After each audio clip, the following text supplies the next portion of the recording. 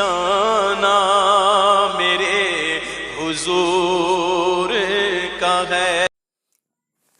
السلام علیکم ورحمۃ اللہ وبرکاتہ۔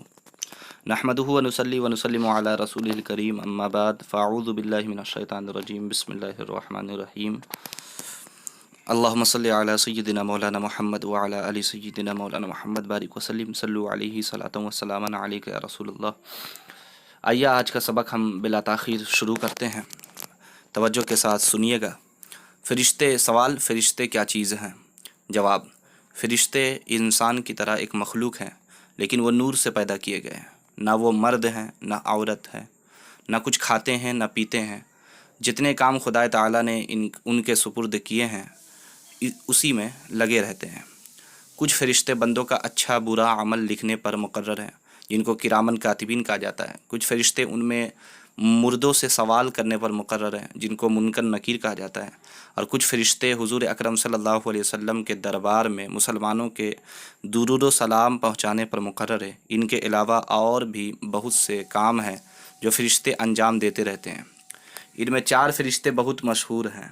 اول، حضرت جبرائیل علیہ السلام، جو اللہ کے احکام پیغمبروں تک پہنچاتے تھے۔ دوسرے، حضرت اسرافیل علیہ السلام، جو قیامت کے دن سور پھونکیں گے۔ تیسرے، حضرت میکائیل علیہ السلام، جو پانی برسانے اور روزی پہنچانے پر مقرر ہیں۔ چوتھے، حضرت اسرائیل علیہ السلام، جو لوگوں کی جان نکالنے پر مقرر ہیں۔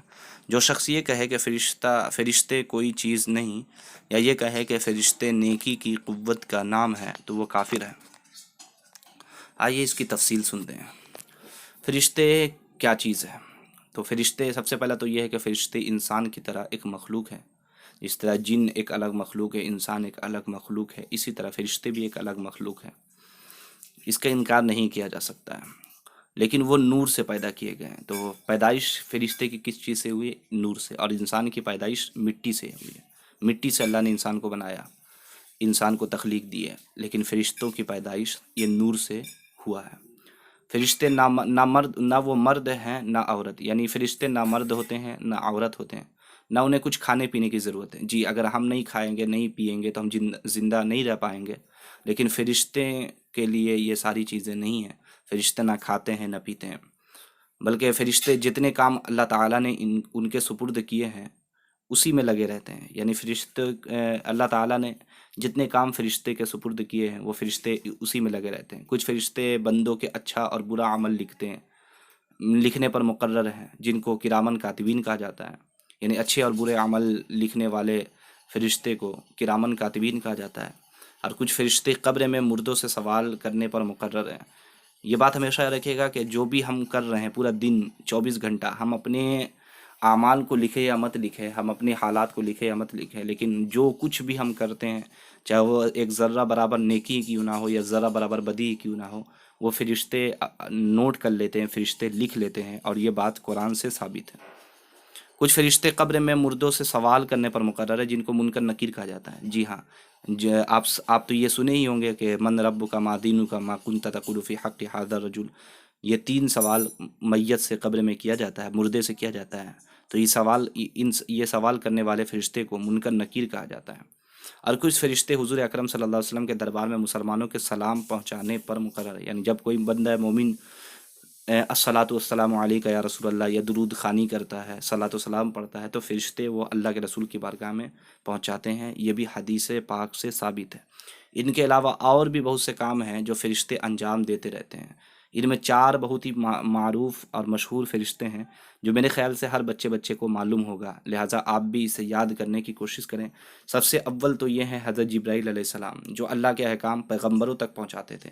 یعنی جتنے بھی سابقہ انبیاء اور ہمارے نبی کریم رؤوف الرحیم صلی اللہ علیہ وسلم تک جتنے بھی احکام الہیہ ہے، انہیں جبرائیل علیہ السلام ہی لے کر آیا کرتے تھے۔ دوسرے، حضرت اسرافیل علیہ السلام، جو قیامت کے دن، آج نہیں قیامت کے دن سور پھونکیں گے۔ تیسرے، حضرت میکائیل علیہ السلام، جو پانی برسانے اور روزی پہنچانے پر مقرر ہے۔ یعنی بارش جو ہوتی ہے تو یہ حضرت میکائیل علیہ السلام ہی کا کام ہے، میکائیل علیہ السلام ہی کی ذمہ داری ہے۔ تو اللہ نے میکائیل علیہ السلام کو پانی برسانے اور روزی پہنچانے پر مقرر کیا۔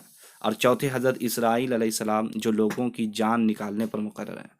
جی ہاں، آپ سنتے ہی ہوں گے فلاں کا انتقال ہو گیا، فلاں کا انتقال ہو گیا، تو روح قبض کرنے والے فرشتے کا نام یہ اسرائیل علیہ السلام. یہ بات ہمیشہ رکھیے گا کہ فرشتے کو اللہ تبارک و تعالیٰ نے جو کام دیے ہیں تو یہ فرشتے اپنی مرضی سے نہیں کرتے ہیں. جب تک رب کا حکم نہ ہو تب تک یہ فرشتے اپنی مرضی سے کچھ نہیں کرتے. آپ نے اوپر پڑھا نا کچھ فرشتے کہ فرشتے جو ہیں یہ، اور یہ بات ہمیشہ رکھیے گا، یہ بھی عقائد میں سے کہ فرشتے معصوم عن الخطا ہوتے ہیں، یعنی فرشتوں سے کوئی گناہ نہیں ہوتا ہے.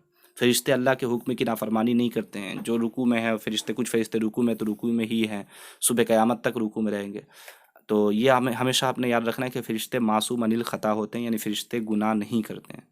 جو شخص یہ کہے کہ فرشتے کوئی چیز نہیں ہے، یہ عبارت لانے کا مقصد یہ ہے کہ کچھ لوگوں کا نظریہ ہوا تھا یا ابھی بھی غالباً ہے کہ فرشتے کوئی چیز نہیں ہے.